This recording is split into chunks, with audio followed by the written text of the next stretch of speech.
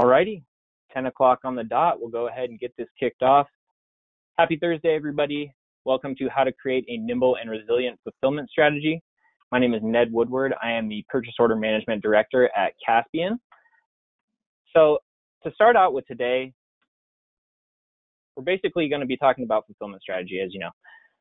Big piece of what's going on right now is there's a lot of growth in the online retail industry. It's more important than ever to have a nimble strategy to address constant change.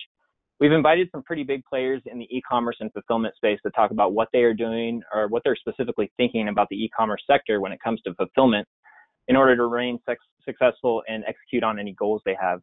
So the hope here is that our listeners will leave today with some takeaways that they can utilize to either adapt their current strategy or start to build one. So a little bit of housekeeping before we jump into any introductions. If any relevant questions come through the chat here during the actual webinar, we'll try to take those on the fly, keep things very conversational and drive some good conversation. Otherwise, we'll spend some time to go through the deck topics and then take Q&A at the end here. So as you see here, we've got a couple hosts, myself, Ned Woodward, and my co-host Taylor Smith from My FBA Prep. A couple expert panelists, Sebastian Swick from Amazon Lit and Todd Snively, co-founder of Expert University. So we'll jump down into some more specific introductions here, but thanks everybody for joining us today. First of all, I'll jump into my slide on my introduction here. So my name is Ned Woodward once again. I'm the Purchase Order Management Director at Kaspien. I'm part of the retail operations team. We help brands work through logistical challenges and ensure that we have adequate stock available through all of our various sales channels to execute on our goals and the goals of the brands that we work with. Kaspien was founded in 2008. We grew from a niche third-party seller to a top 5 FBA seller. We've evolved into a platform model. We've added agency and software in addition to our retail focus. So really trying to diversify within the space.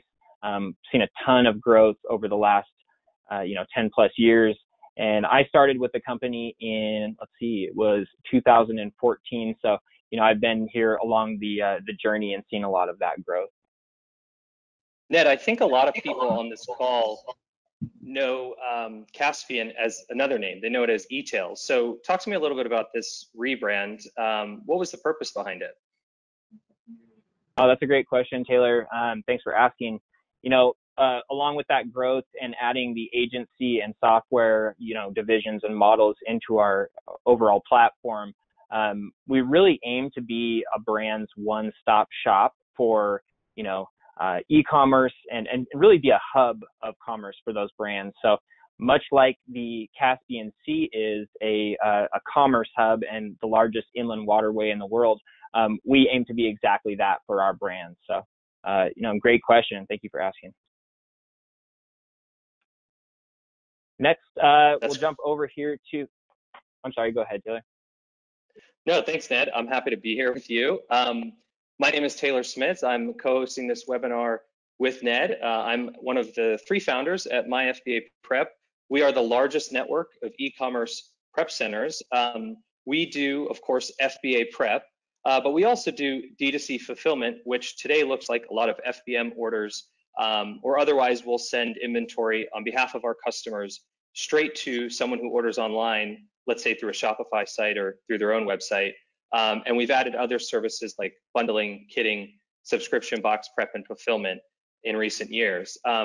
Our average customers, I put on there sort of jokingly, 1 million to 100 million in annual sales. And for a fun fact for people who are listening, there are 50,000 Amazon sellers who earn 1 million or more in revenue. Now, internally, we say, oh, those are the customers we're going after. But for you guys who want to gauge yourself and measure your progress, you can use that as sort of the upper echelon of Amazon sellers. I'm excited to go to the next slide and introduce our first panelist, and that is Sebastian Swick from Amazon Lit. Sebastian, top of the afternoon to you. How's it going? Hey, top of the afternoon, Taylor. How are you? I'm doing well. So, Sebastian, you guys started in 2013, which is 7 years ago. And I'm bringing that up now because you guys have reached being one of those top 50 FBA sellers on Amazon. Now, I don't have any stats about how many people can get into, say, the 1%. I haven't done the math there, but that's actually not that long to get to a milestone that big. If you're thinking any other industry out there, it's kind of impressive that you were able to do that in 7 years. And for the folks who are listening, we're 3 slides into this presentation, and we've already touched representatives from 2 of the top 50 accounts on Amazon. So let that sink in for a second. And I think the cost for this webinar is well worth it. So Sebastian, I want to get to a little bit of your background. Maybe you could tell us about your path to selling on Amazon. So before 2013, what were you involved in? What businesses were you doing? And how did you find your way to Amazon? Sure. Well, I would like to say there was some strategic planning involved, but the fact of the matter was in 2012 and previous to that, I was a struggling bartender, waiter, working paycheck to paycheck. And at some point in early 2013, I heard of an opportunity where there were essentially people like me going into retail stores, purchasing products, and then selling them at a higher price on Amazon. And so, I thought about it for a while. Some things happened at the current restaurant I was working at, and in July of 2013, it just seemed like it was right. It just seemed like it was time to start. So I went all in. I quit the job I was working. I had a few $1,000s saved, and I began with the retail arbitrage model, which is going into stores and purchasing products on coupon, on discount, on clearance, and selling them on Amazon. That was the beginning. And how did you make the switch from retail arbitrage to, let's say, wholesale in this case? Sure. Well, it took about 3 months until I discovered really the significant impact that being prime on a listing has. So I said, let me try FBA. So I began selling FBA. This was out of a house I was renting at the time in the basement. I was filling up the basement with products. And then I saw just the mass amount of volume that can be done as soon as I made that switch to FBA. And so at that point, I said, wow, this really isn't scalable if I continue the FBM route by myself. So I began reaching out to suppliers in my area. At that time, the categories I was sticking to were organic food products and supplements. And so I started looking in my area. I'm in New Jersey, about 20 minutes west of New York City, started reaching out to suppliers. And in 2013, suppliers were open arm to having me bring them onto Amazon. So that's really where it began. That's awesome. You've said publicly that you guys are at about a $40 million a year run rate. Congratulations on that, by the way. But you've achieved so much already. What are you guys focusing on now? Like what goals do you and your partner have for your Amazon account or eSellers RI? Tell me what's on the calendar for this year and the upcoming year. This year we're focusing on 2 divisions of our business, which is helping others to achieve the financial freedom we have through Amazon Lit, and also more automation, more software development. We've just seen the reason we were able to even increase to where we're going to see 40 million in sales this year versus the prior year, which was about 22 million in sales, and top line revenue is important, but more importantly is the profit that's behind that. The profit has significantly increased, and it's due to us being able to automate more of our processes. We become way more efficient. We can do a lot more production with less staff due to the software that we've developed. So those are our 2 focuses for 2020 going into 2021. That's awesome. Well, Sebastian, thanks for being with us. I'll turn it back to Ned to introduce our next guest. Absolutely. Thank you, Taylor. I'd like to welcome Todd Snively to the conversation here. Todd operates Expert University, He's an 8-figure seller operating in the Amazon space since about 2009, utilizing a wholesale distribution model, and also runs a very large e-commerce education business with profit centers including digital products, affiliate marketing, content generation, and physical products. How's it going, Todd? Couldn't be any better. How about you? Doing great. Thanks for joining us today. Hearing a little bit about Sebastian and his journey, I'm curious, what does that look like for you? Can you talk us through a little bit about kind of where you started with things and kind of what that journey has been? And feel free to take it as far back as you'd like to. Sure. And honestly, I wouldn't wish my journey on my worst enemy. It was not the path I would have chosen to get to where I am today, but it definitely did play a big part. I've been self-employed pretty much since 1983, except for some small stints of employment. And the bottom line was I decided I didn't like being employed by somebody else. I wanted to have my own business. So pretty much I've had my own business, and I built up a rather substantial commodity trading company through the late 90s, early 2000s.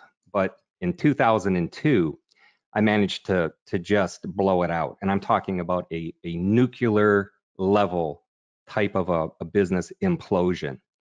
And so, in February 2002, I found myself $2.2 million in debt, losing my house, all the cars, all the money was gone. And I was at lunch with a friend.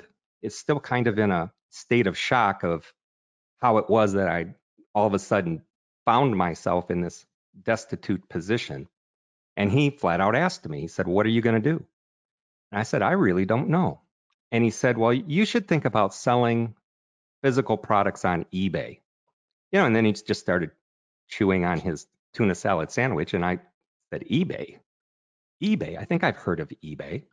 And so, not having any other prospects in the world, I went home and looked around and found a bunch of stuff that was just sitting around the house that I thought maybe I could sell these things on eBay. And that was how it all started.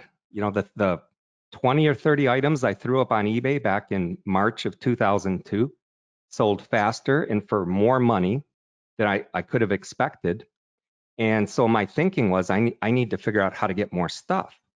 And since everything I was selling was my used stuff, I went out looking for more used stuff and ended up making some deals with brokers for Sam's Club and Sears to buy customer returned goods. And so basically that's how I started in 2002, buying customer returned goods, selling them on eBay. And it wasn't until 2009 that I started buying customer returned goods from a company called liquidation.com. And what I was noticing with everything I was buying from liquidation.com is that they were showing up in boxes that said Amazon on them. Every single box, Amazon, Amazon, Amazon. And again, I was like, I've heard of this Amazon thing, but I didn't understand that they were selling blenders and, lawnmowers and all this other kind of stuff. So when I went on Amazon back in 2009, I realized I could sell these customer returned goods that came from Amazon right back on Amazon as used. So we did that for a while. And then when we saw the increase in our revenue through selling these used items, FBA, we made the decision to start selling just brand new items. And that was when we began establishing relationships with wholesale distribution companies to be able to get the branded items that were brand new. And that was the turning point. That was when, revenues just went through the roof. That's great. No, that's fantastic. That actually helps answer one of the other questions that I had, which was, did you work for a company along the way where you got a lot of this knowledge? And it sounds like it was probably largely, trial by fire, learning along the way. In that regard, did you have a mentor or a network that you utilized to learn throughout the process, as you grew this business? No, I used that that well-known learning concept called jumping off the cliff and building the plane on the way down. And sometimes it works, sometimes it doesn't, but if you can get enough of that plane built, you can have a kind of a clunky landing. But so no, it was one of those things where I literally dove in head first. And a perfect example of that was when I made this first purchase. It was 26 pallets of customer returned goods from Sam's Club. And I made the deal over the phone. I hung up the phone, told my wife, hey, I just bought these 26 pallets. She goes, oh, great. Where are you going to put them? I said, in the garage. She goes, are you sure they're going to fit? I says, I don't know. She goes, how big's the pallet? I don't know. So, that leads you to running out into the garage, taking the measurements. And then I come back in and she goes, well, how'd you do? And I said, yeah, we can fit 8 of them in there. So you start solving problems at that point. We go and we find, some really inexpensive warehouse space before the truck shows up. And then we had to make a deal on a really inexpensive forklift. So, literally, I'm sitting on this forklift in this empty warehouse, waiting for this truck to show up so I can unload my first 26 pallets and see if I made a mistake, a huge mistake, or if I was going to be all right.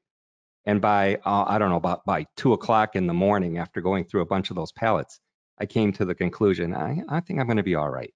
And it took us only 11 months to break a $1 million top end revenue on eBay back in 2002, 2003. It was crazy. Yeah, that's fascinating.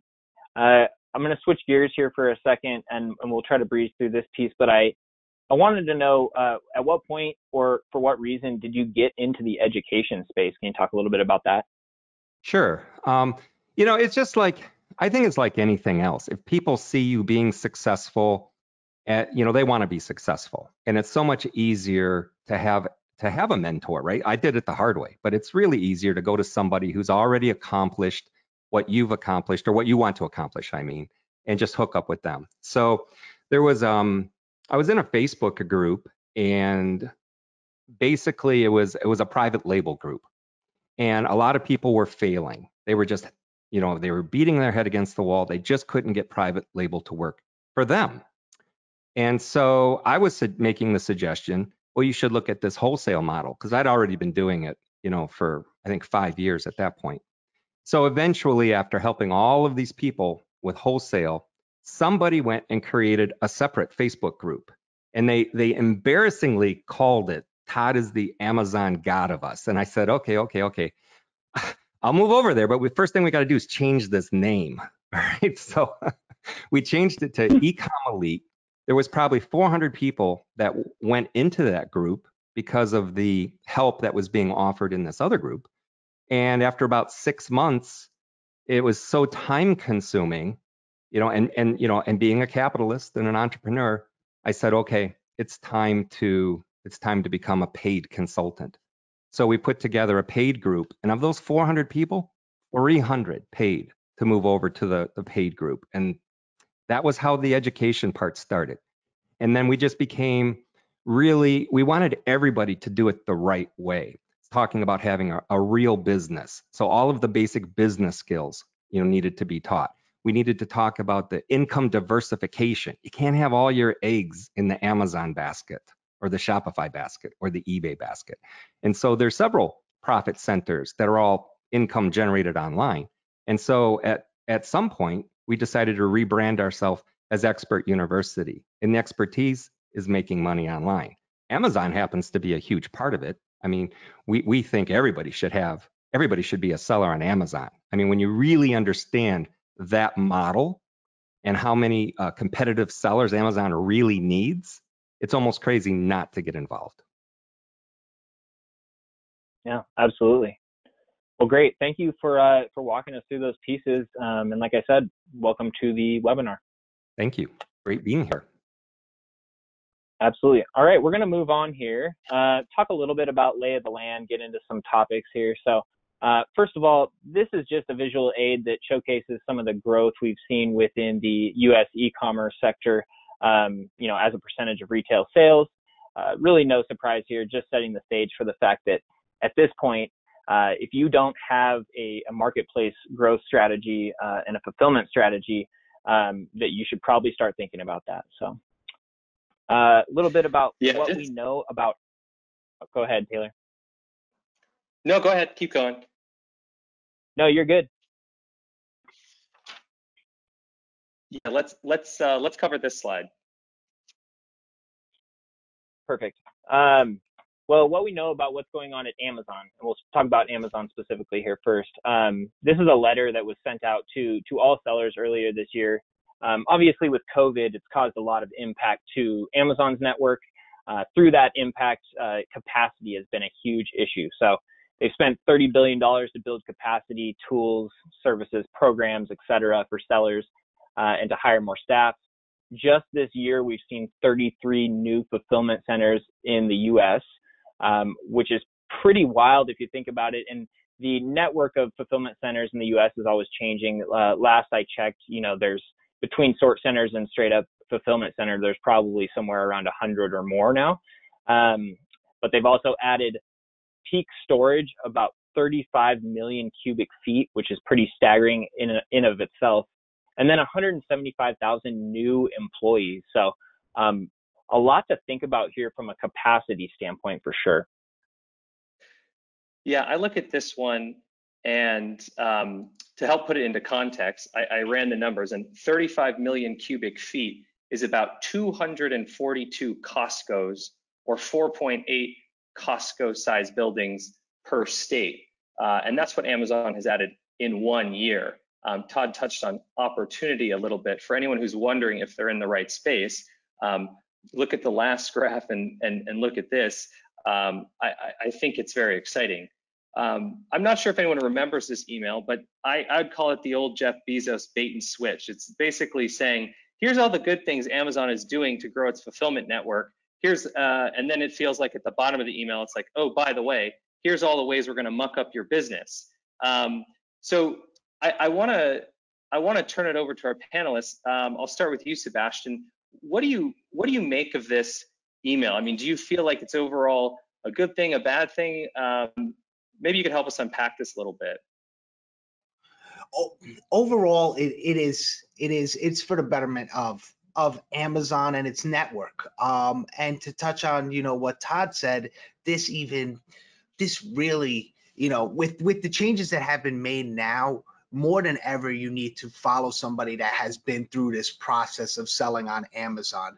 And what Amazon expects from its sellers now is more experience. They expect you to provide services like an experienced business would. So it's no longer, early 2000s, late 90s eBay style where you can sell it from your garage or from your home.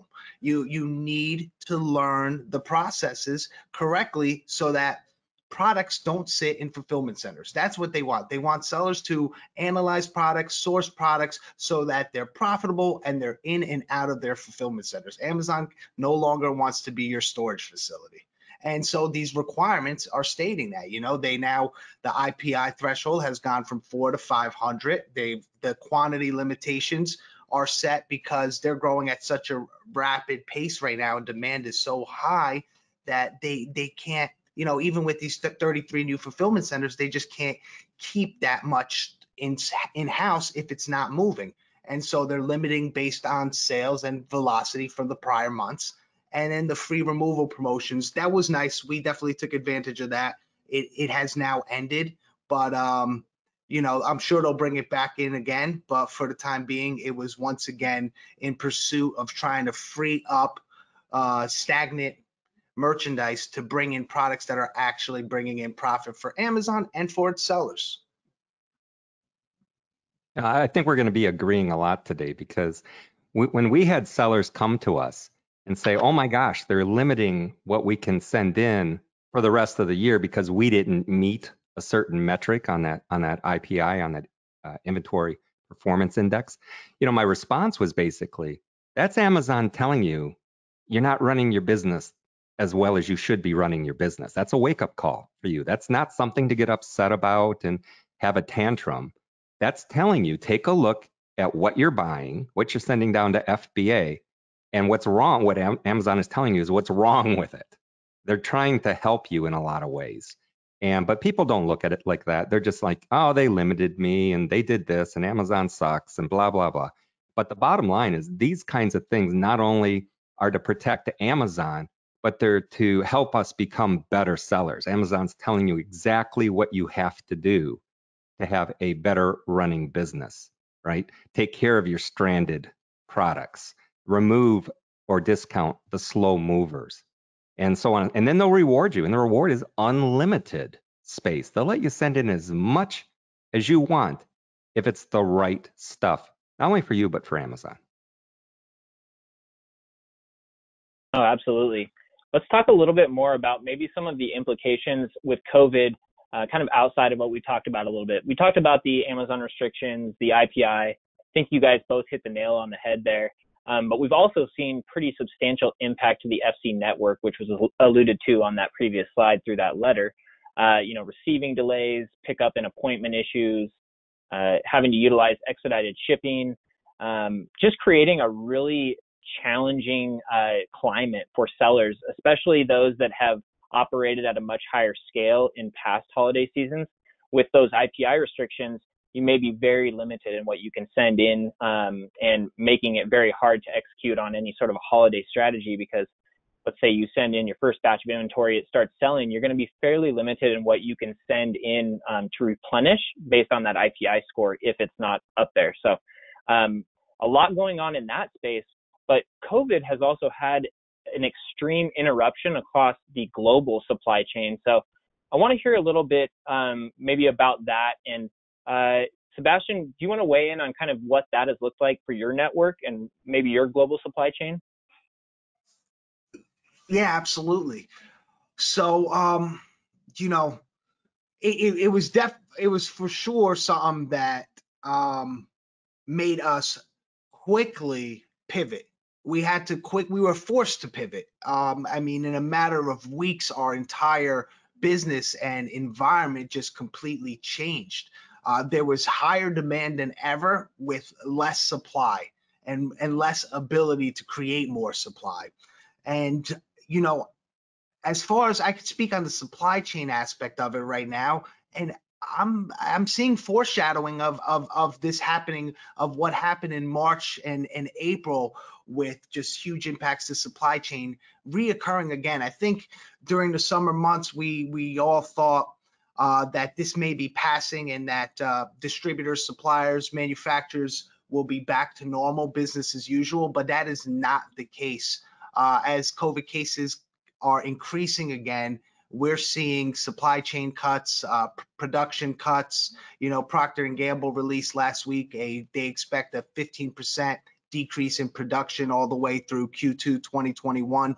So, now what we're doing is we're trying to procure as much as we can in anticipation that we might see some of the same environment that we saw in early March through late April. And Todd, you call it the Absolutely. butterfly effect. Maybe you could help the listeners understand, what do you mean by the butterfly effect in the global supply chain? Well, consumers, they go to buy their toilet paper and all they see is there's no toilet paper, right? They don't understand what's happening across the entire world. The global GDP in 2020 is expected to have its sharpest contraction since the Second World War. So we got, the volume of global trade fell something like 18% back in May. So we had this initial surge in demand of products that were already in existence, right? Then all of a sudden, because of all of the limitations, exports were affected everywhere. It affected exports from the United States, Japan, and the European Union. And that economic contraction in China was actually smaller than the global average because that country controlled the outbreak. They reopened its economy relatively quickly, right? But in a global context of increased production, you have to look at everybody's in crisis recovery right now. There are no raw materials, right, to be able to start production of products that take a long time just to produce because of even antiquated processes. And paper towels is one of my perfect examples. If somebody actually understands what it takes to make a roll of paper towels, it's a lengthy process done on equipment that's 50 years old. They can only make so much, and they can only do it so fast. So while we had this huge bounce in sales, I mean, we literally sold a year of inventory in 3 months. The restocking problem caused by what I call this butterfly effect. When you have a factory shutting down in India or China or Mexico or, wherever, it's going to create a problem. Then we all of a sudden, all of the airline flights stop.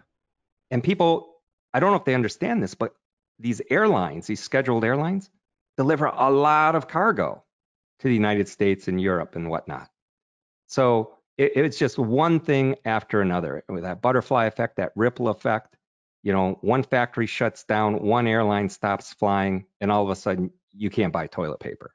And people just want to buy toilet paper. So they start looking everywhere, and eventually the manufacturers try to figure out, okay, we'll go to 3 shifts, or we'll start working on Sundays, or we'll hire more people, just like what Amazon is doing. But eventually you need the manufacturing to catch up. And to Sebastian's point, they're going to have a hard time doing that, a real hard time. And especially because of all this government intervention on how many people can be in a factory, how many people can be in a warehouse, how close they can be. So whatever infrastructure we have now has been all reduced by these additional requirements caused by COVID. That last piece is a very interesting thing that you brought up, Todd, with the government piece. I'm going to kick it over to Sebastian. Sebastian, have you seen any of that actually impacting your physical locations here in the United States?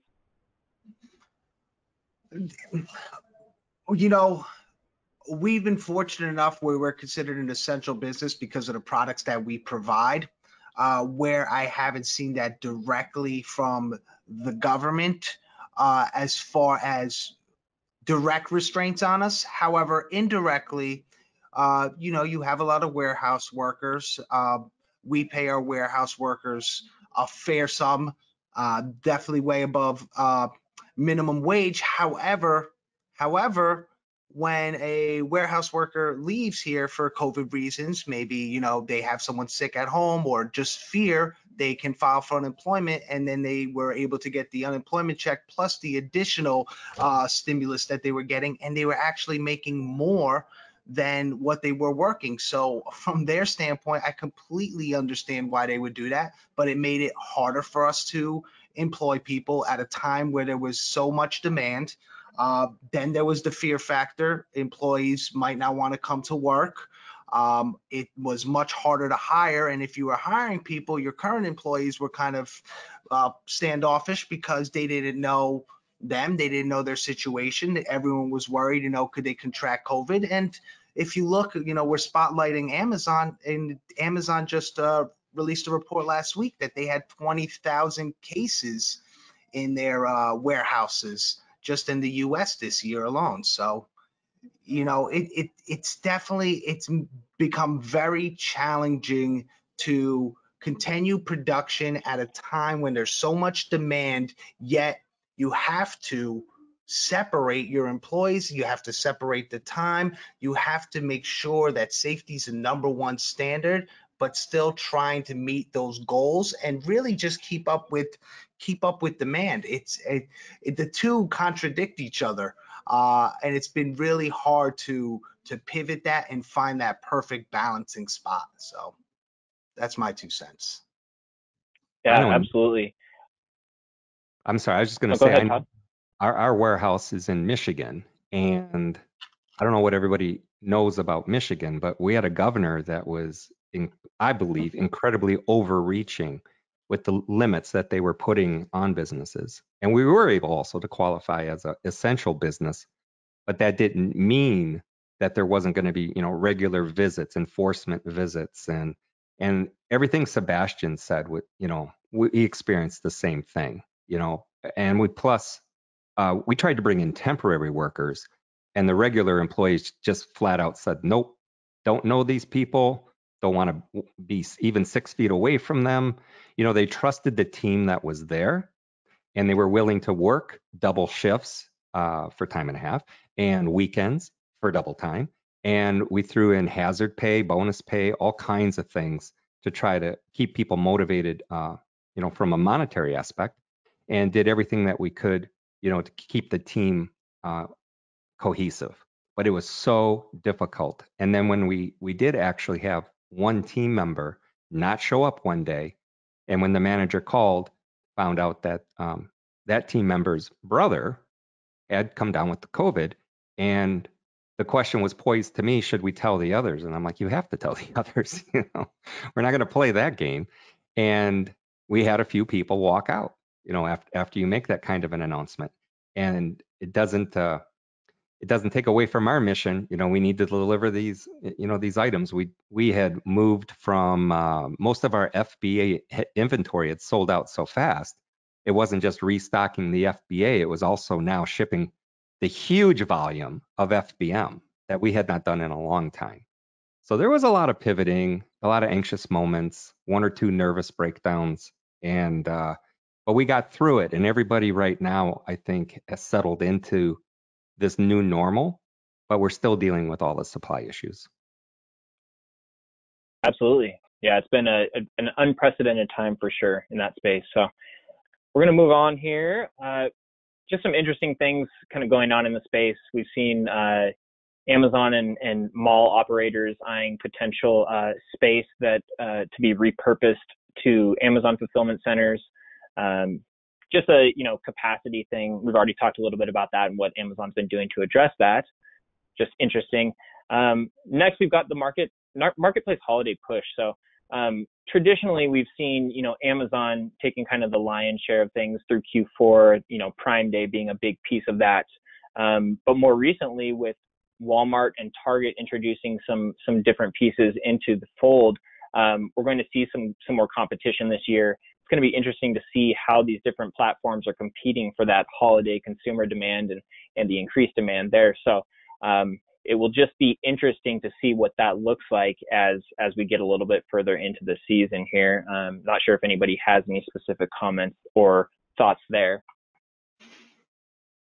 I just think that's I think that's normal for business or any sector where currently online retail is still in its infancy. When you look at it, it's still in its infancy. And when you look back at different sectors, like let's go for instance television.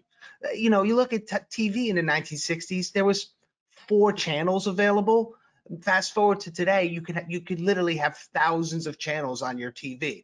And that's kind of where we are right now. You're displaying here 3 big names in e-commerce, and really just 2, Walmart and Amazon, and Amazon's capitalizing a majority of it.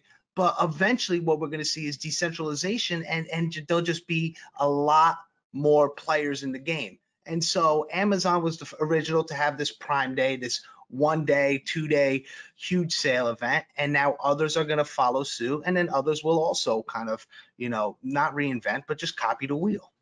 Yeah, copy. You're right. I mean, whenever you have a mega giant like Amazon, you have the crumbs right on the ground, and you have everybody that has their brand loyalty too. I mean, just look at eBay. There are people that will only buy on eBay. They'll never go on Amazon. It's the same thing with Target and Walmart. They have their people. And those 2 companies are poised better than anybody to give Amazon, I don't even want to call it a run for its money, but let's just say vacuum up most of the crumbs that are out there, which are still substantial crumbs. Walmart, they still have these dreams of outpacing Amazon.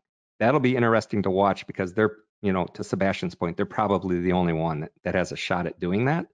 But I think upstarts, I think the people right now that are getting into the e-commerce, buying more stuff online, like more of that boutique approach, if you will.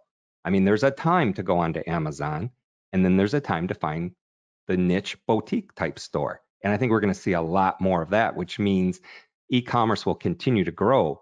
But as is Amazon really going to be the one leading that, or is it going to be all of these other smaller players rising up to take advantage of the crumbs that Amazon doesn't even care about?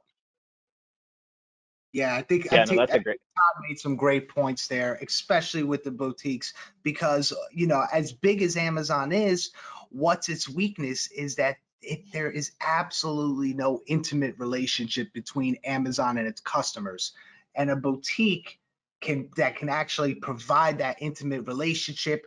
Maybe have a salesperson show up on webcam right there as you're browsing their website looking for the right product for you, or something that's more unique, that really is specific niche towards what you're looking for. That's going to be the boutiques, and there's going to be a lot more of that in the coming years, 100%.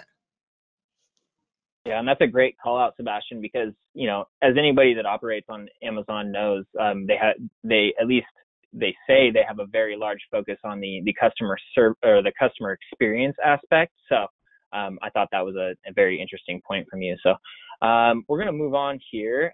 We'll touch a little bit on Q4. To be quite honest, we're far enough through the year now that if you haven't yet developed your Q4 strategy for this year, you might be a little bit late to the game there. So at this point, we are about 40 minutes in here. I don't see any questions in the chat. So if you do have questions, just a reminder to put those there. But I'd like to go ahead and move into the meat of the presentation here. And the reason why everybody is attending this webinar, talk about our fulfillment strategies. So first of all, I'd like to hand it over to Sebastian. Tell us a little bit about your fulfillment strategy and what you're doing as far as your strategy goes there. Our strategy right now is it really is to flood Amazon with as much product as we can right now. So we did our analyzing, we did our proper sourcing of goods, August and September, into what was going to be trending going into Q4, what new products and new categories that were unexpected. When we do our research early in 2020, we had to kind of target them as well now and procure those goods. And we've just begun to flood the fulfillment centers with as much product as possible. And this is what I tell our mentees in Amazon Lit, is that we have great concerns that come even November, Amazon's going to be so filled with products and demand that the lead times already for a lot of our Amazon sellers that we speak to, they tell us they have 2-3 week lead times for their truckloads just to get checked into Amazon centers. And this problem's not going away. And we know for selling on Amazon for years now that Q4 brings a real nice chunk of new sellers. We see about a 30% increase in sellers that don't even sell in a majority of the year and only sell in Q4. And that increase is just going to cause a huge jam in their systems. They're taking preventative cautions right now to try to stop that from happening, but I just don't see it. Even with the limits, everything that they're doing, the increase in fulfillment centers, increase in employees, I don't see it. At the end of the day, I still see that there's going to be a huge logistic jam come holiday season. Sebastian, if you'll indulge us for a minute, maybe we could go back down memory lane. Talk to us about, for the sellers on here who might be thinking, I've grown, I've left my day job, I'm doing this full time, and they're looking at getting a warehouse. What did that look like in the early days for you? And then fast forward to today, what does it look like now? The warehouse in the early days the garage was filled. I was tired of carrying 50-pound boxes up and down those stairs and bringing them to the UPS store. And so we got a space. We were just like, what, it's time. We talked about it for months, and we're like, what, it's time. And what that space looked like, it was 1,000 square feet. It had one dock door and no bathroom. I had to walk to another building to use a bathroom, and I didn't even know how to set it up. I had no idea. I just knew we needed more space. So we got more space, and then the first thing we did was we put some corrugated boxes on the floor and started putting our products on top of these flattened boxes. And then we were like, what should we do now? We grabbed ourselves a composition book and started writing down our inventory, which was, maybe 20 pieces of Kirkland fish oil, 30 pieces of some mac and cheese. Wasn't much there, but we kind of followed that same pattern that Todd talked about. We jumped off the cliff and we were just building the airplane on the way down. And so from there, as we grew, next thing was, okay, now we need employees, because here we are stickering products. Here we are boxing these goods. Why are we doing this when really the scaling of the businesses comes in reaching out to brands, distributors, and sourcing the correct products? We should be focusing on that. So the next thing we did was we brought in employees. And then from there, once we brought in employees, we grew. We knew we needed a second space. Well, this time we knew that one dock door wouldn't suffice because we had inbound trucks, outbound trucks. There was a jam happening there. So we went with 2 dock doors. And we just learned as we experienced these different problems and then came to solutions for them. So now you're doing 8,000 to 10,000 units prepped a day. What does your facility look like? How many square feet? How many preppers do you have working there? We have 20,000 square feet. Our offices are above the warehouse. We have 6 production stations, an FBM station. We run all of our products through heat sealing machines. The process of bundling, a majority of the products we sell are bundled goods. So the process of bundling is much faster. It's much more efficient that way. We have a warehouse system that we've built from scratch. We have, we have about 40 warehouse workers downstairs, 25 of them being on the production side, creating these ASINs, these kits, these bundles. We have about 10 pickers and FBM workers, and then we have our managers. And how many loading docks do you have now? We have 2 loading docks. So we wanted something with more loading docks. However, the space, the location that we got was more important than the loading docks. We found a location that was about 10 minutes from my home, and also my business partner Ted's home, and then the other direction for Eric's home. So it really, sometimes in business you have to find what's going to be best for you as far as for the family situation, and that was what was best for all of us. And the space is clean. So I think the fact that we also got ourselves a new warehouse space really helped us when pursuing new brands to work with us exclusively, because that's a lot of what we do now as well. And kind of having them come in and trophy our warehouse, trophy our operation, and let them know, if you partner with us, this is what your operation, your services rendered to the customer are going to look like. This is who's going to be handling it. So that wow factor has also allowed us to really to just scale. And I know that you have web developers internally. You mentioned you have corporate offices above the warehouse. What's maybe one thing that the intermediate listeners or the advanced listeners who are on the call can start to think about within the warehouse, something that you think puts you guys ahead of the game? How to get your products in and out within 48 hours. How to do that. You do not want the product sitting. So if you see the products that we have here, anything that's for Amazon is going in and out within 48 hours of check-in. We send out 5 full truckloads, 1 a day, and we have a full circle production, meaning it comes in, then the next step in the circle is it gets received. Next step in the circle, it gets added to a bill of lading. Next step, it ends up being picked, then to production, and then right back to the docks where it started to be loaded onto a truck. And so the best way as you grow your business, it's about that product isn't making you any money when it's sitting in your warehouse. So you need to find how to count steps, cut those steps, and get the product in and out. I've had the fortune of going to some very large distributors, very large, recognized brands, conglomerates, and see their warehouse operations. And the main thing that they focus on is counting steps, how many steps their employees take in a day. Because if you have just for us, we have 40 employees down there. If we could cut 50 steps, that's 2,000 steps a day at a sec. If let's say each step takes 1 second for them, I mean, the amount of time they could just save in a day, let alone a year, is just adding to the efficiency of your business. Wow, that's fascinating. Hearing kind of how deep you're diving into some of these metrics to make sure that your space is as efficient as possible. Todd, do you want to talk us through a little bit about your strategy and what you're doing within this space right now? Yeah, because it's actually changed quite a bit. As I pointed out in 2002, when I first started, one of the very first things I did was go and get a warehouse before even I had any product. I had the warehouse first, an empty warehouse. And over the last almost 18, 19 years now, I kept saying to myself, oh my gosh, I have an online business. And we do have some private label brands that do really, really well with big commerce stores and WooCommerce stores and whatnot.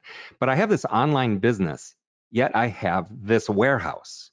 And I've moved all over the world, actually. And matter of fact, the warehouse we have right now, I've never stepped foot in. I've never even seen it. I'm not even sure I have pictures of it. I'd have to go look. But the bottom line was my thinking when we had the warehouse was just like Sebastian. We needed to integrate tech. We had to get the best software. We had to go to laser barcode scanner and receiving. We had to improve the quality control in picking and packing and shipping and minimize. Matter of fact, I went in one time and I saw we have a pillow machine, that makes these air pillows. And I noticed it way across the warehouse from the shipping station. And I'm like, do you guys actually walk over there to make air pillows? And they're like, yep. I go, why is that? And it all came down to the fact that when we moved into that warehouse, the movers set the pillow machine down there and plugged it in. And heaven forbid anybody should unplug it and move it closer to the shipping station. But anyway, my whole idea now is to get out of the warehouse business, to be honest with you. I think, and it's because of players in the industry now, like my FBA prep, right? Not to shamelessly plug Taylor there. But my thinking is, because I have a lot of our members come to us as they're, getting into 7- and 8-figure revenues. They ask the question, should I get a warehouse? And I tell them, you know what? If I had it to do all over again, I would never have gotten a warehouse. Now, I say that, but the warehouse over the decades has done really well for me. But it allowed me to create profit centers I didn't think I would ever want or have, and so I'm not poo-pooing warehouses. I'm just saying there's different ways to do things. So right now, as I'm getting older, right, and lazier, I'm thinking, you know what? And with all of the technology out there, like, why don't I deal with experts that this is what they do? They've been managing warehouses forever. They can take care of warehouse employees. They deal with all of the issues. And I just kind of pay for what I use, right? So I think that if I'm training somebody now and they get to the point where they're asking the question, should I get a warehouse? I think I'm also going to present to them the thought that they need to look at companies like my FBA Prep and even your competitors, so to speak, if there are any, to decide if it makes more sense to farm that out and let the experts in logistics manage your logistics. And then you do what makes the money in the company. You source products, you develop relationships, you do inventory management, and let the warehouse experts run the warehouse. Yeah. I'll go back to something that Sebastian said, which is speed. When people ask me, well, I'm really dealing with opening my own warehouse or using a service, what do you say? I say to them, have you achieved speed yet? Can you get it in and out quickly? Are you doing it on your own? Are you doing it through someone else? That's incredibly important. Regardless of what your solution is, can you process inventory quickly? Then I ask them, what business are you in? And if you are not in the business of running a warehouse, I mean, you get a hint of how well Sebastian and his partner Eric do it by how he talks about it, counting steps, counting how many seconds does that save us in a day, translated to a week, to a year? If you're not that deep in it, you're probably not in the warehouse business, and you might want to focus on getting more accounts or optimizing your Amazon business in some other way. So that's when I encourage people to look to outsource that. Now, as far as my FBA prep, I'm sorry. I was going to say Sebastian made an excellent point earlier that I just want to circle back on real quick. That there's really, in this business, there's really only two things that can put you out of business faster than anything, and it's overhead and buying products that don't sell. So this is another reason why I think this should at least be a stepping stone before you decide to get your own warehouse. Because I work with some sellers. Maybe you guys heard of Buyboxer. He's doing like 55 million a year. He had 3 warehouses and I think 135 employees. That's a lot of overhead. And then when it comes time to pivot, if you can't pivot away from overhead, you're just going to get run over by a bad economy. And so I think being, nimble, swift, and having a plan where you can pay as you go, so to speak, is starting to make more sense, especially with all of the technology available. And to your point also, Ned, what is your job? I think really as an Amazon seller, it's sourcing products and doing inventory management, especially with the wholesale model. Yeah, you brought up Buyboxer. Scott from Buyboxer is actually a friend of everyone on this call. The Kaspien CEO, Kunal, recently did a podcast with him, and I know he's also had the Amazon Lit guys, and Todd, you and Chris have had him on your podcast. So it is interesting to kind of share the knowledge with the people who have learned it and mastered it. I'll hit on my FBA prep strategy, and then we'll move on to Kaspien. Our strategy is kind of easy because it's dictated by the customer. We want to receive a PO of 10 pallets or 1 container, and we'll prep it, we'll fulfill it, we'll freight forward it on whatever way that is that enables the customer to focus on selling and growth. So the idea of outsourced warehousing is we'll manage that for you. And what I often tell the big customers who are saying, we have a warehouse, but we're looking to outsource it, we're just not sure yet. And I always ask them, do your customers, to the brands you represent, are they asking you a lot of questions about warehousing, or do they just not care and they want you to do it? In the cases where they don't care and they just want it done, it kind of leaves you with the idea of focus on the business you're in, help them grow their business, whether that's through PPC or inventory management, things like merchandising bundles, et cetera, et cetera. Warehousing prep, it's kind of unsexy. No one really cares about it. And I view it as a pass-fail arena more so than a A, B, C, D, F grading scale. Okay, so Ned, talk to us a little bit about Kaspien. What kind of fulfillment strategies do you guys have going on? And I know we'll also cover this in the next few slides, but please share with us your thoughts. Yeah, absolutely. Thanks, Taylor. Kind of like what you mentioned, it's based largely on our customer, or in our case, we're talking about these brands, or as we refer to them, partners. We're basically creating these tailored fulfillment strategies with each of these brands to help them hit their marketplace or e-commerce goals. So, whether that's pure play through an FBA only model, if they're able to ship directly into Amazon, great. But if not, we operate a warehouse space in Spokane Valley, actually just a few blocks up from our corporate headquarters. It's about 40,000 square feet, a team of about 30 individuals processing out to FBA, a little bit of FBM and some of that, but we're very focused on FBA. We also have a dropship division internally that has a catalog of over 1,000 products, and that's where a good portion of our development team is focused on building out tools to help with integrations. Anybody that's diversified into a dropship or DTC model on this call probably can attest to the fact that there are a lot of intricacies that can come into play with that model. And so if you don't have the right automation in place, you can get yourself into a tight spot. So between that FBA retail model, between the DTC or dropship model, we're pretty diversified between those two. As far as our fulfillment partners or our network of warehouses throughout the United States that we partner with, we have a very wide network of brands globally.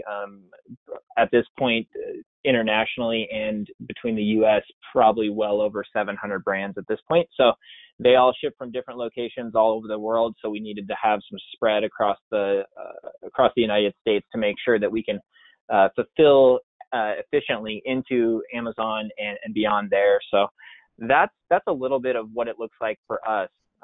Did you have any other specific questions that you were thinking on that, Taylor? No, let's go to the next one because we're going to stay in the realm of fulfillment. Great. This is international. Yeah, so this slide's about web traffic. In the US, Amazon.com saw 30% growth. You'll see that from February to August. But as you'll notice, Mexico's higher than that. If you look at Canada, over 40%. And then Singapore, way up there, 100% growth on Amazon.sg for Singapore. I'd like to ask everyone else who's on this call to weigh in here, but Ned, we'll start with you, and then we'll go to Sebastian and Todd. Kaspien's a behemoth of a company. Are you guys selling in the international marketplaces? Yeah, actually, we've been diversified in the international marketplaces for as long as I've been at Kaspien, which at this point is over 6 years. Currently operating in the US, obviously, Canada, UK, and Germany. I think it's important to note that success with a lot of the products in the US doesn't always equal success internationally. So you can utilize some of the same thought processes as you expand and try to scale into these different marketplaces, but you have to be aware of the different market conditions at play, different pricing considerations, consumer trends and cultures are different across the board. Beyond that, just landing inventory can be very nuanced. Logistics, import compliance, all these things that maybe you don't have to worry about in the US, all of a sudden become very important to not only landing the inventory, but being profitable across the supply chain. So you've got to do the research. You got to ensure you have solid contacts and partners and providers to help you explore and execute on any of these international expansion goals. Because if you rush into it, you can definitely create some not so fun situations for yourselves, your brands, and your products. So just looking at this list, there's definitely some very interesting countries on here. Kaspien is definitely eyeing some potential expansion into other international marketplaces throughout the next couple of years. And just to kind of like give a little maybe behind the curtain, I'd say looking at this list, Mexico, UAE, Australia. Another one that's very interesting is let's see, India is very, it's on the lower end of this curve, but it's definitely very interesting to us just based on the overall volume of that marketplace. So, Sebastian, do you have any thoughts? What is Amazon Lit doing in the international space?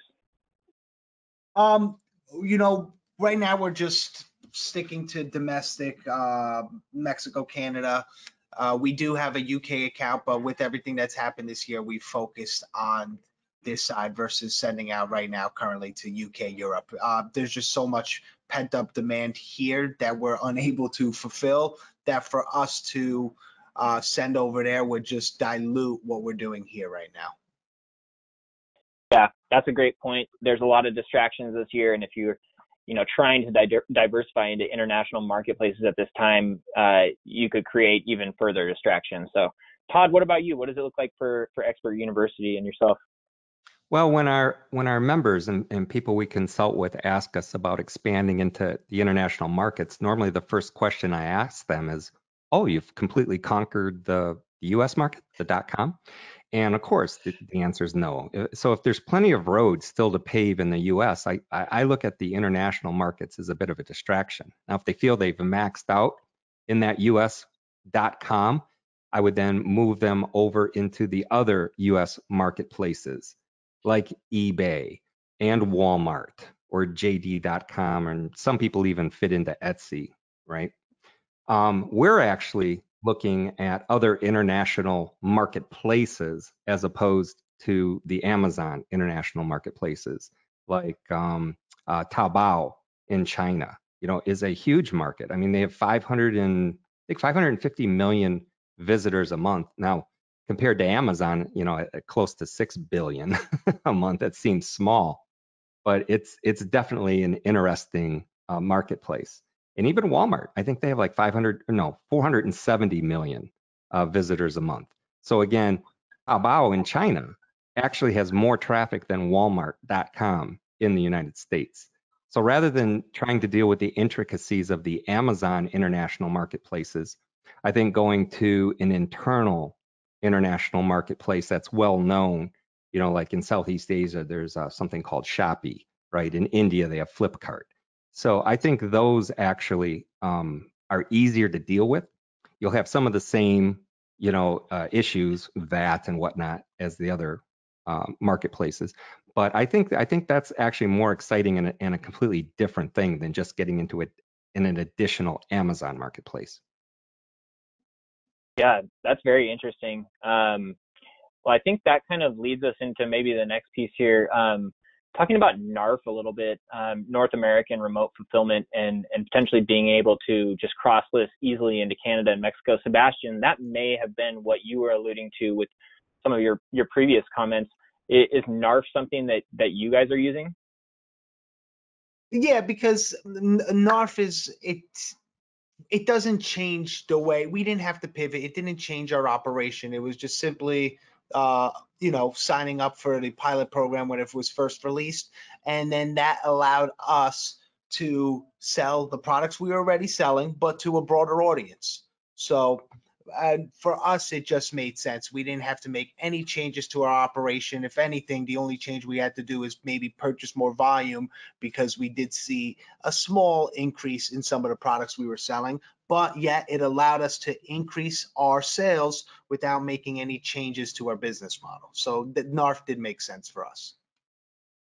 Yeah, I think you hit the nail on the head. I'm sorry, I mean to Sorry, step Todd, I think I cut you off. I was just saying NARF's a bit of a no-brainer. And doesn't that actually sound like some kind of weird animal sneezing? NARF. But anyway, yes. Anything that makes it easier to sell stuff, I'm all for. I mean, if they could do a NARF, in other than North America, that would be great, but they can't. So to me, it's not an international marketplace, because all they're doing is showing your inventory from the US in Canada and Mexico, right? You don't have to ship, you don't have to store, you don't have to mess with anything that you normally would have to with an international marketplace. Your US inventory basically is just that central, cache, if you will. So it's the same units available in the US are now available in Canada and Mexico, and it's all single global SKU. So I think NARF's a bit of a no-brainer. You don't really have to think about it. There's no reason really not to participate. Yeah, I think we're all on the same page. From my perspective and from Kaspien's perspective, it's kind of as long as you've got the right controls in place with your compliance and your pricing, it's kind of a set it and forget it, and just reap the benefits. Great. Let's see here. So we're about 7 minutes over right now. We've made it through a good chunk of the topics here. We had some great conversation. I don't see any questions in the chat in the actual webinar here. Is there anything that anybody wanted to ask, any of the other panelists or us hosts about, or any last kind of discussion topics to leave with before we end? One point I did want to make is, everybody talks about fourth quarter and what are you going to do for fourth quarter and this and that. In all of the years I've been selling on Amazon, my first quarter is normally just as good as my fourth quarter. So even though I think Taylor was saying it's a little late for fourth quarter right now, it's not too late for first quarter. I mean, you're really in a good spot right now. Don't forget about first quarter, okay? And so if you make your plans and you're getting inventory down into FBA and all of that, and you're worried about missing fourth quarter, don't worry. First quarter's awesome also. That is so true. Thanks for that, Todd. I think that goes perfectly in line with Todd, what you were saying. Have you finished paving all the roads in the US? And that's such a great point. Sebastian, I have one queued up for you. You recently said that the 2020 motto for Amazon Lit is pivot or fail. Maybe you can unpack that a little bit, and feel free to also respond to what Todd was saying. I didn't mean to cut you off. Oh, no, I was just, as soon as Todd said that, I thought about how January is typically better for us than December, believe it or not. I mean, November's a great month, but December you have only, not even 2 weeks before Amazon stops guaranteeing that prime promise of it having delivered for the holiday.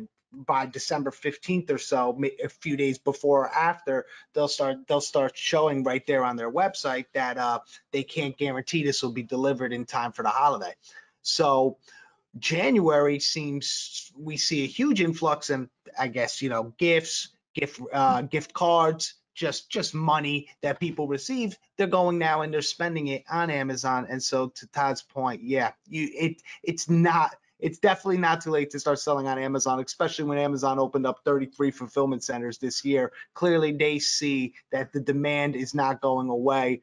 And so if you're thinking about selling on there, it is the time now. And for anyone who is selling, this was a time that showed us that we needed to stay agile, that we needed to learn how to pivot. And the funny thing is we've had practice and experience in pivoting throughout. So, even though we've only been around since 2013, the suppliers who we dealt with in 2013, we're not dealing with anymore. The operation and the way we handled our processes that we did in 2013 is completely different today than it was then. And that's because the environment, it's technology, and technology is constantly changing. It is so sped up now, faster than it's ever been. And so if you're not on top of these changes that are happening, and if you're not agile or willing to be agile, you're going to fail. Yep, absolutely. Todd, Sebastian, any last words from either of you before we kind of wrap things up here? I'll go. I'll just tell everybody that is thinking about potentially selling on Amazon that even with all of the craziness that's going on right now, I still think it's a wonderful time to get involved. And it's just getting one thing that is getting easier is establishing relationships with suppliers. Even though inventory levels are down a little bit, we just work twice as hard. I mean, that's just the bottom line.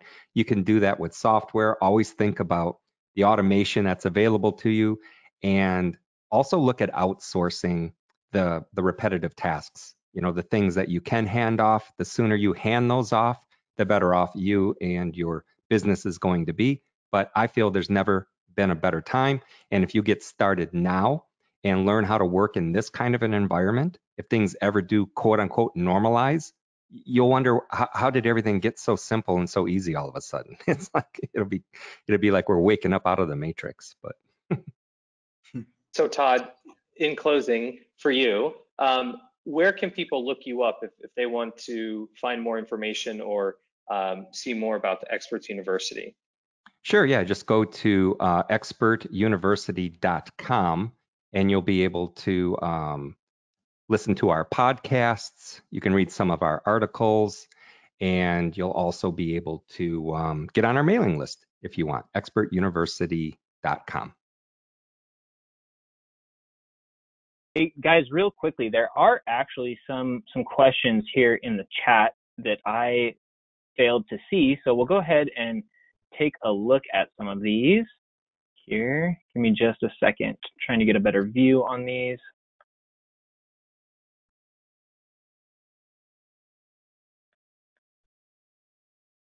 Sorry, go ahead. Let's see. The first one here, will Amazon and Walmart accept newcomers, someone who has no previous sales? That's one that I can take. So Amazon will. Walmart's a little bit more of a gated community or marketplace from my understanding. So, it's much easier to work through Walmart through some sort of, a retailer, somebody like, let's say like Amazon Lit or like, Todd's business or a Kaspien per se. If you have questions about that, you can specifically reach out to us on Kaspien.com and we can help get you connected there. Amazon, I believe, is a little bit more free flowing as far as who can sign up there.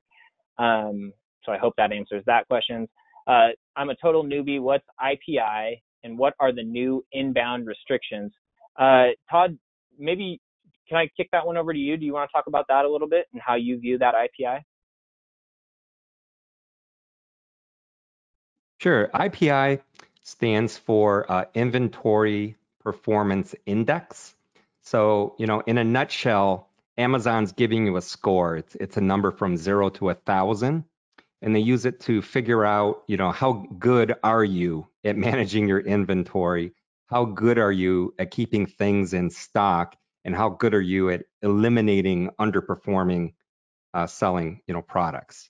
So they check that every quarter, right? They want to make sure that that the people that are doing well are rewarded. And like I said, if you have a score above a minimum amount that they set, they will give you unlimited storage quantities. It used to be I think the score right now is 500. I mean, I could be wrong on that. Someone can check me on that. So if you're above 500, then basically you're good to go. If you're below 400, they're going to limit the amount of storage space that they're going to allot to you. So, usually you can go right into your Seller Central account. You can see your current storage limits, your potential storage limits at the bottom of the shipping planning window. Okay. And again, if you're brand new, the fun thing about being brand new, you have no history. So they literally give you a pass for, I believe, 2 quarters. So they'll give you unlimited access as a brand new seller, which seems counterintuitive to how Amazon normally operates, but they're going to allow you, your swing at bat to see how you can do, and then they'll adjust it accordingly. Yeah, thanks for taking that, Todd. You're spot on. The other questions that look like we're in here were just regarding whether there will be a recording sent out afterwards. So yes, this is a recorded session. We will be sending this recording out to the email addresses that you would have registered with. So just be on the lookout for that. But Todd, do you mind just giving us, for your last word, where people can find you if they wanted to get in contact? I did cover that, expertuniversity.com. I think we still need to hear from Sebastian on that. How do we get a hold of Sebastian? I'm here, Todd. Absolutely. And you could find us at amazonlit.com or go on Instagram, check out Amazon Lit. We have plenty of free content there.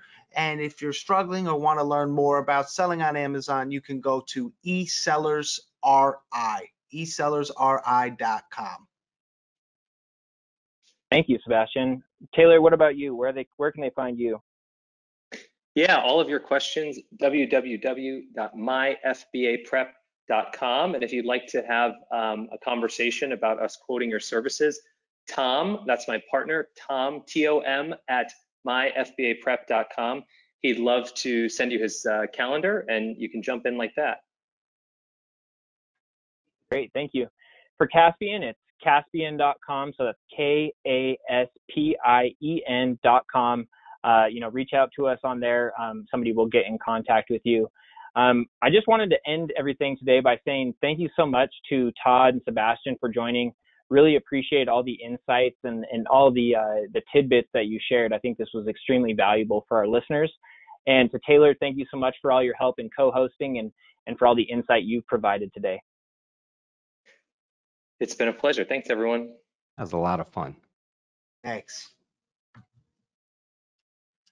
All right. Well, with that, thank you everyone for joining us today. My name is Ned Woodward, and we appreciate your time. And hopefully we can get this group together for some more content in the future.